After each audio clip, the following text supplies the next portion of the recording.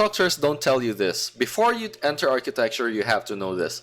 You have 2 years of apprenticeship. In short, pinakamahabang OJT. Welcome to architecture school. Ilang years nga ba, or how long does it take to finish architecture? 5 to 10 years of schooling. We'll expect it, depending on the school you're in and the program, there might be some delays. Let's say you just failed one subject, magagalaw na lahat. All your other subjects might move after that. 2 to 3 years apprenticeship, or as long as you want, 3 to 6 months review for the board exam, and then after the board exam, wait for the results and have your license, okay? Well, there's a side note here in the bottom. I don't want to read all of it, but it's saying that many instructors don't really know how to teach, and many of them became instructors because they have no projects. But that's just chismis for us right now, okay? Now let's see in the next. Let's go to question number 1. Tanong ko lang po, kailangan po ba magaling mag-English sa Arki? Do I need to speak English well? My answer is, for technical terms, yes. Public speaking, yes. You might be good in designing, but you may not have clients if you don't speak with conviction. Kaya ang daming politicians magaling magsalita, tapos people believe them kahit walang mapakitang accomplishment yung iba. But instructing workers and dealing with the process, okay lang mag-Tagalog, Ilocano. Vernacular is also advantageous. However, if you want to compete globally, it is good to master English. I had to correct a worker who wrote double dick and steel dick instead of double deck and steel deck. Another typo was dump truck instead of typing dump truck. Essential din naman ang terms in buying things in the hardware, like steel epoxy is different from epoxy primer for steel. That's just an example of one. Here's an interesting one. Can I ask, why did you choose architecture as your course? We can eat during class. Well, that's true. I really like my course because we can eat during class. There's a thing about it that attracted me when it comes to sticking with my passion. Architecture still allows you to progress in music, that's like frozen music or composition, literature, such as storytelling, communication, arts, such as design and visuals, and leadership, client and construction leadership, and the sciences, such as math and inventing. However, the fuel to the passion starts to fade when you see that it's not being as expected in the Philippines as in other countries. When we started to have like construction subjects, the tendency is we tend to get bored. When we try to go to apprenticeship, we see the reality of the industry in the Philippines. It's a bit not like other countries where architecture and design are treated as one profession, and whatever is done by the architect has to be strictly followed. Unlike here, it's like a drawing is just a drawing. Well, some companies and urban cities are now progressing to have a more systematic workflow between the architects, engineers, and builders. So that's what happened, and I tend to tell my lower years if they're taking architecture. If you came for just the drawing, maybe you have been thinking of the course Fine Arts. We actually develop visual skills for communication. Drawing is just a mode of communication, but architecture is not all about drawing. Almost a decade ago, minor subjects, we have algebra until calculus, solid mensuration. We have engineering subjects as our minor subjects, and we have architecture and design as our major subjects. So to those who keep asking, there are math applications, yes. Italicized subjects here are heavy involvement of communication skills and presentation and English. If you're wondering, do you need to excel in English? Design, that's our major subject. Parang thesis feasibility bawat design. So it's like in every class, almost in my case, because we're trimestral, that means 3 terms a year, almost every week or every other day, we have like a thesis study. We have to start with the research and then presentation, conceptual drawings, feasibility study, programming, experiential learning. That means if we need to design a restaurant, we have to go to a restaurant at our own expense and interview the kitchen staff, the chef, under the name of the school. And then we report about it. We don't only report about it, we make an animation, we make the drawing plate, we make the drawing, the design, the rationale, and then we have to present it in front with a scale model in glass. I don't know for other schools, but that was our training. So it's really very heavy to the wallet. Building technology is heavy knowledge regarding building materials, technology, and connection details. Steel, wood, concrete, to better understand structural conceptualization. Specialization, like for us, we can choose which to specialize in: landscaping, urban planning, project construction, interiors, and then we have our architecture engineering subject. One thing I noticed about in school is madaming nagkakantin or lumalabas habang may pasok. During class, instead of doing the plates, actually most of us procrastinate because we go straight to the canteen or outside because we tend to work better at night. Because that's the only time we socialize with each other, or just at night, creativity comes out. Kaya marami ring late magpasa, magcram, puyat kasi hindi magawa sa classroom kadalasan. Nasa canteen kumakain or doing other group works. I don't know about online classes now, but I guess you are really longing for socialization as well. So there will come a time when your family, friends, or colleagues may lose their support for you. But you still have to prioritize graduation. Mahirap kasi mag extracurricular activities, especially in trimestral, and sometimes too much free time may not induce productivity. Before you enter architecture, you have to know this. You have 2 years of apprenticeship. In short, pinakamahabang OJT. Like you actually are practicing that time.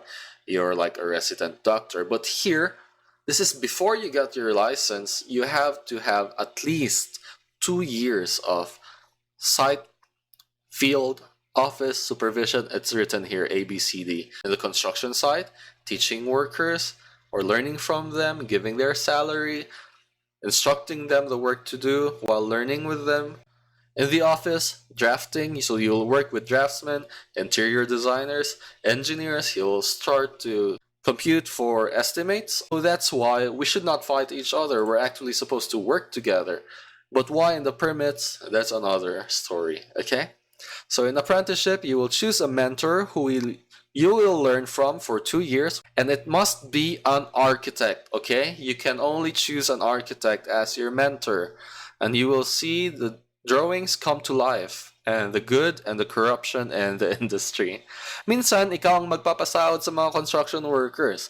Minsan, ikaw ang draftsman, site supervisor, co-worker ng mga engineer, or taga-purchase ng mga materials. Well, this one really helped a lot because estimates was really hard to imagine. But when I went to the hardware and saw the prices and the new technology, then it's a lot easier to understand and estimate. So these are our allied professionals, okay? Us being the architect. The civil engineer can take an exam to be the structural engineer. There's the professional electrical engineer who currently as of the moment, signs electrical permits. Sanitary engineers. We also have master plumbers, electronics engineer, and the artists, interior designers, and draftsmen. Often, you may prepare construction drawings for building permit. Some mentors may allow you to handle the client directly. So, yung iba sa nila, train ka how to talk to clients. That's why you have to learn how to speak well. There are cases in the rural areas where not much architects are prevalent there, and architecture was not, that known as the master builder of houses. Many people saw civil engineers. So to other building officials, it was okay to let the CE sign for Arki, and that's where, you know, the clash happened like 5 to 6 years ago, and starting to fight professionally and to understand each other. So let's hope for the good of the industry, because currently in not highly urbanized areas, many of these practices still happen. Finally, after apprenticeship, if you want to take the board exam, you can opt for a review center, either like 3 to 6 months, and then pass the exam, get your license. But the most important part, whether you're licensed or not, is to know the wala na, sira na, wala nang momentum. Okay, the virtues of an architect. May the architect be high-minded, okay? High-minded doesn't mean proud. High-minded means high standards, but not arrogant. And then the second part is just and easy to deal with without avarice. This is another part where many people fail, not only in architecture. Sometimes they're so hard to talk to. Magkano rate mo? How much is your design? And they spent 5 hours talking about, let's compute for this first, let's compute. You're going to lose trust, you know? That's why as early as now, learn how to rate by the percentage, by the paper, by the design agreement, by the construction agreement. You need to be just and easy. Dapat kwan, patas lang, okay? Not too much for your profit, not too much also for their gain. Without avarice, that means you're not really after the money. Yes, we need money, especially in this industry, but we do not put that as our front-end market. What if it's going to cost you your principal? What if it's going to cost you your health? So need to be wise about this, okay? Wait, okay, my eyes are too small, or this is too blurry, I can't read it. We're taking a long time. Let's go to a meme. Okay, anong meme ito? I don't know if it's applicable in your school, but take it as a joke. It's just for fun, okay? Political correct people. So, our architecture grade, 74. Bagsak yan, that's fail. Equivalent to other courses is 79. That's normal, okay? When we get 75, yes, many people rejoice. Because in other courses, it's like getting an 80. 5 of us got 74 and 1 got 75. The 5 people who got 74 will go out and celebrate and comfort each other and eat together. They will never mind this guy, because there's so much suffering that happens just to get these kinds of grades. 77 is actually already high. If you got a 77, it's like you got a 90 in a minor subject. If you got an 80, oh wow, you're already a genius. You already know the style of your instructor. Because usually in our school, it's not all about intelligence and hard work. We really need to know how to be street smart and pleasing the teacher as well. They're training us like that because clients will be like that in real life.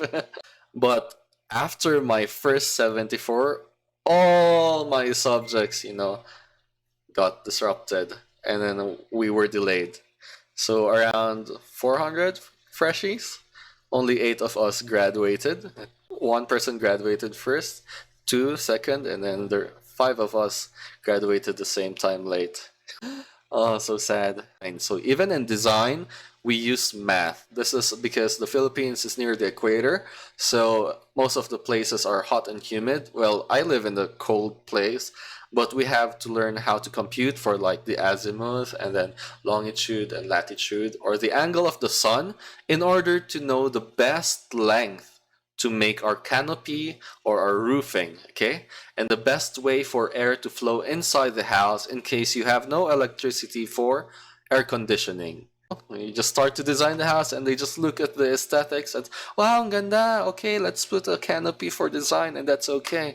But actually, if you're a serious architect, or like if you're practicing sustainability, somebody commented, no offense po, pero bakit yung mga bagong Arki tila mahihina sa structural design estimate and hindi marunong gumamit ng scientific calculator, pero yung ninong kong architect na graduate noong 1990 ay magaling sa mathematics. I was kind of shocked because I came from a high school that's like a science high, and to realize that there are people who don't take it, who don't prioritize it, or who really don't have the passion, or others the capacity to understand how math works, because they think math is like something you can memorize. Math is You have to know what you're solving. That's just it. Formulas are there to memorize, but the whole process comes from your desire to solve a problem. Math is actually essential in architecture. So here's my response to him. Hi, I agree that is prominent now. Many architecture students tend not to specialize in construction, direct estimates, and structural conceptualization. But there are many who have direct hands-on experience on the field, especially those who do site supervision during their apprenticeships. I guess you could say it's like getting a driver's license. Not all who are licensed necessarily follow the traffic rules or are good drivers. License doesn't automatically guarantee expertise in all fields.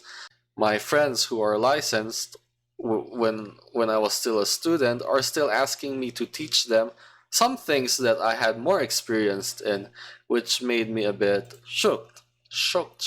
Yeah. Okay, let's go. I could think of two situations at the moment.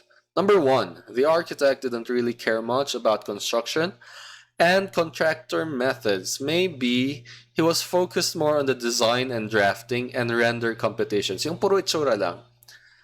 Because they're prominent now, and let's say he tried to do construction but he lacked the knowledge of it because during his apprenticeship days usually nag-office works lang siya. He can estimate but tends to go over and under the budget because he does not have enough experience to back these estimates up. Situation number two, the architect contractor may be in dispute with the structural engineer. Baka nag-away sila. So, usually nangyayari to when the structural engineer recommends something because they're the ones for the final approval. But if the architect, does not want to listen, then, it causes the conflict that they think they're better at this when it's not their field. So we have to respect. Kaya nga sila structural. Structural, anong mahirap intindihin dyan? Structural engineer, namumuno sa structural. Well, architects study structural as well, but we don't sign structural. Structural engineers do not study architectural design, so they should not sign architectural design as well. But that's another issue for now. So I stopped focusing on photorealism and delved into this kind of presentation. It's a bit cartoonish, and this is what I'm teaching right now. Like, it's good to be skilled in drawing, but it's not a must to always have photorealism. Because usually your perspectives might be just in the front page, but you need to know how to make the construction manual so that you can achieve the building you imagined. Okay, you imagined, and then you need people to move. That's why it's design, build, imagine motions. This is what I felt like in first year. Do we need drafting instruments? Yes, the letter T instruments. T square, triangle, tube, T head. I was an apprentice, so I was teaching some engineers, and he wanted me to show the components of the house. I told him, this is how I start modeling in SketchUp. I model in SketchUp like I would model or like how I would construct a building in real life. Because I want my model that I had a hard time spending on to be used from start to finish. From the client to the construction until the last part, the quality assurance. I don't like it just to be for the front page and then never mind. So I want to, like this one thing has everything. And then I found out later that there are software that are called building information modeling software like Revit, and that's what it essentially does, building information modeling. But since I tried so many software, I decided to stick to something that many people already have access to, even if they only have a netbook. I only had a netbook this time. The netbook, which is 1 GB of RAM.